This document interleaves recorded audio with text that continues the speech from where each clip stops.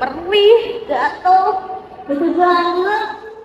Bete banget, tau gak sih Rey? Kenapa kamu cukup mata mulu deh? Lihat deh, mataku tuh dari kemarin perih, gatel. Jangan gini. Nih aku ada tetes mata, coba ya bentar. Kamu mau coba nggak? Coba mana lihat.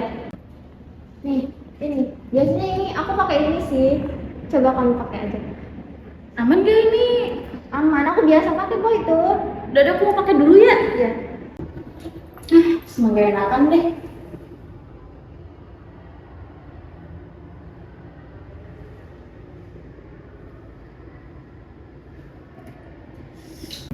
Demi apa kok makin perih ya? Perih ditetesin loh padahal.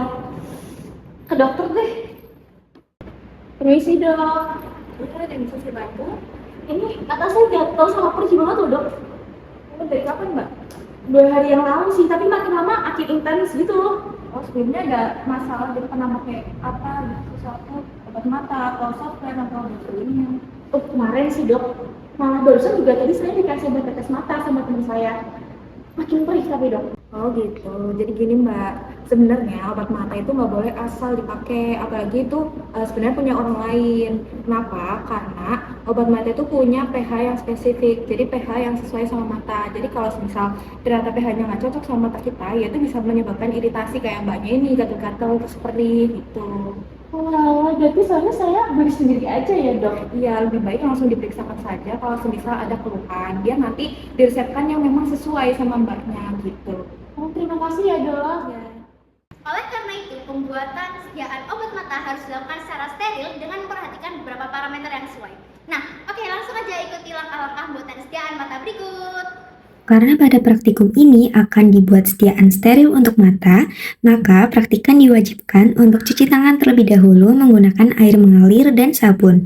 Disarankan untuk mencuci tangan selama 40 hingga 60 detik dengan menggosok seluruh permukaan tangan menggunakan teknik 6 langkah cuci tangan.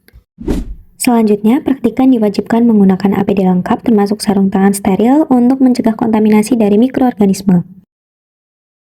Berikut merupakan alat-alat yang digunakan untuk praktikum pembuatan sediaan steril untuk mata, yaitu meliputi alat-alat gelas, pH meter, aluminium foil, dan alkohol 70%. Dan berikut merupakan bahan-bahan yang digunakan, terdapat zinc sulfat, asid borik, karboadsorben, dan NaCl.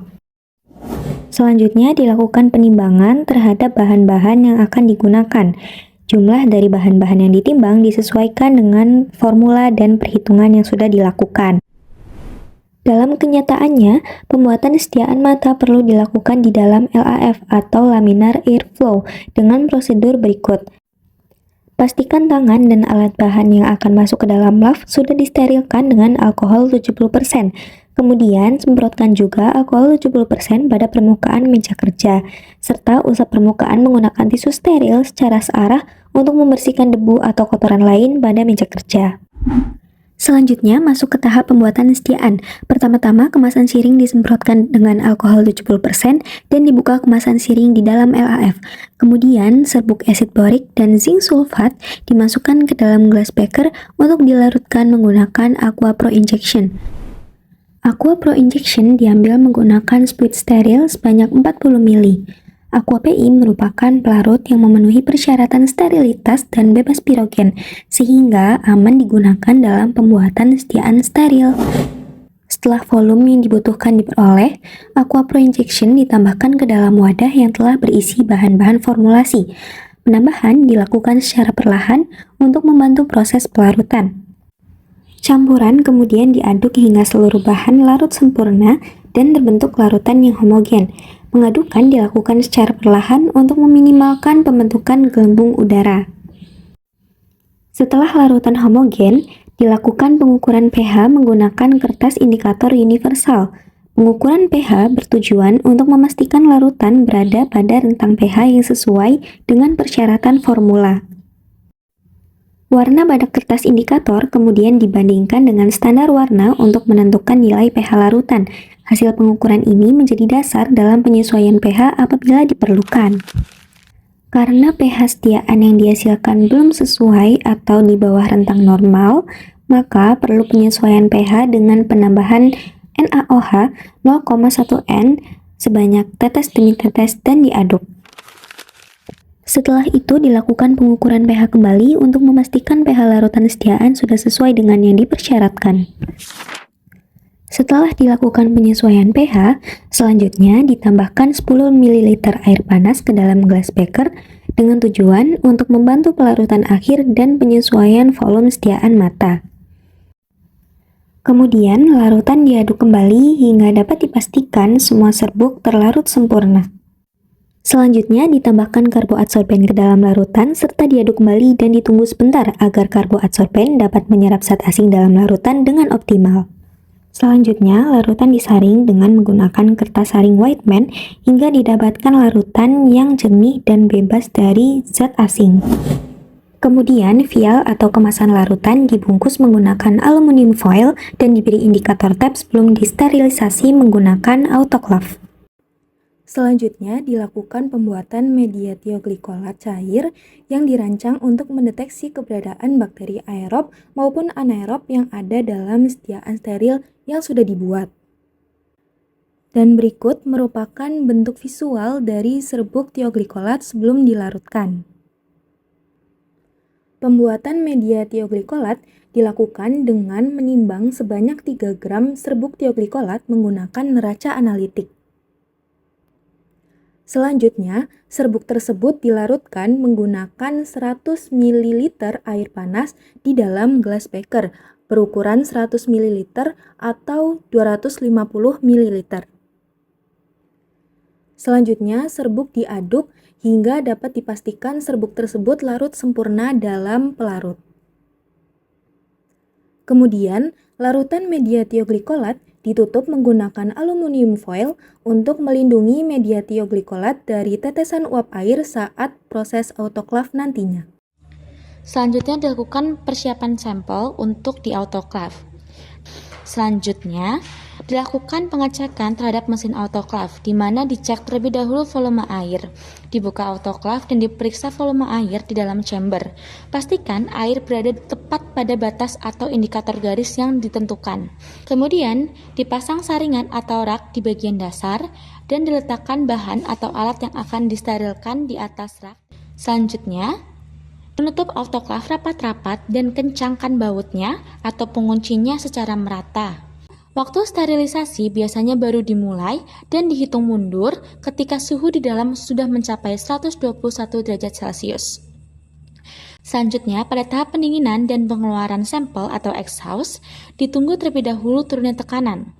Dimatikan autoclave dan ditunggu hingga tekanan udara di dalam chamber turun mencapai 0 PSI. Buka katup uap secara perlahan untuk membuang sisa uap. Setelah itu, dipastikan bahwa kondisinya sudah dingin dan aman untuk dibuka. Dan dapat dibuka penutup autoclave dan dikeluarkan bahan-bahan dengan hati-hati menggunakan alat penjepit atau sarung tangan khusus tahan panas. Selanjutnya, setelah sampel di autoclave, dapat diambil beberapa mili sampel untuk uji sterilisasi dengan lab, di mana dipastikan bahwa personel yang akan masuk ke dalam laminar airflow harus menggunakan APD yang lengkap mulai dari penutup kepala hingga penutup sepatu atau sendal, dan dipastikan bahwa pakaian yang digunakan adalah steril untuk mencegah kontaminasi dari tubuh personel. Kemudian, lab dinyalakan terlebih dahulu selama 30 menit dengan menyalakan tombol UV-nya. Setelah itu, dapat dinyalakan tombol fan untuk menghasilkan aliran udara laminar yang telah difiltrasi oleh HEPA filter sehingga dapat diciptakan kondisi yang aseptis. Selanjutnya, kaca lab dibuka secukupnya agar tidak mengganggu kestabilan aliran udara bersih. Kemudian tangan, alat, dan bahan yang akan dimasukkan ke dalam lab disemprot terlebih dahulu menggunakan alkohol 70% untuk proses desinfeksi. Setelah itu, alat seperti spuit, aluminium foil, tabung reaksi, serta sediaan cuci mata, dan media tioglikolat yang sudah di-autoclave sebelumnya diletakkan secara terpisah antara area bersih dan area limbah, sehingga tidak terjadi kontaminasi silang. Selanjutnya diambil sediaan cuci mata, dibuka aluminium foilnya secara aseptis. Kemudian diambil sebanyak 1 mili sampel menggunakan spuit steril berukuran 12 mili.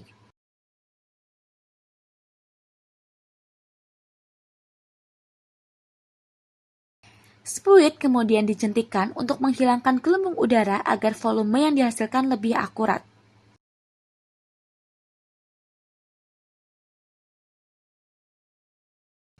Setelah itu, 1 mili sampel dimasukkan ke dalam tabung reaksi steril.